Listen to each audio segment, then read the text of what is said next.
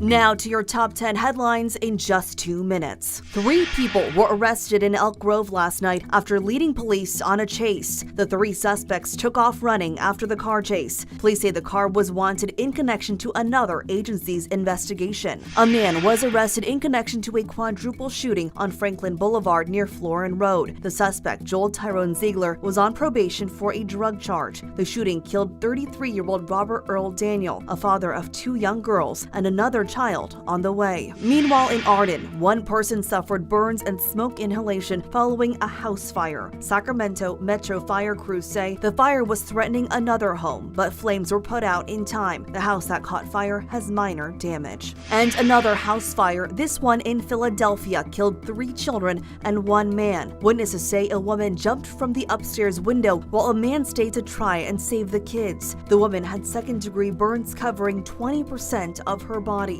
In Nigeria, an overnight explosion at an illegal oil refinery left more than 100 people dead. The state commissioner for petroleum says they were burnt beyond recognition. Nigeria estimates a loss of more than 10% of its oil per day to illegal oil operations. 6 people died and 7 still missing after a boat capsized in Lebanon. Lebanese military says the boat was attempting to illegally smuggle 60 people out of the country. A local man says his relatives survived the incident, saying they tried to flee the country out of desperation. Hundreds of women took to the streets of Monterrey, Mexico, blocking highways and paralyzing traffic after a missing teen was found dead inside a water tank of a local motel. Protesters are demanding an end to violence against women, carrying signs with the names and faces of women who have gone missing or found dead in recent months. French President Emmanuel Macron is projected to win the French presidential election, holding on to a second term. With more than 4/5 of the votes counted, Macron was leading 56% to 44% for Le Pen. His projected win caused relief among French allies in the midst of war in Ukraine. Coronavirus cases are on the rise in California, and that's not counting many at-home tests that often go unreported. According to the state's COVID-19 dashboard, the state's positivity rate is at 3.1%. That's up 1% from a week ago. Hospitalizations across the state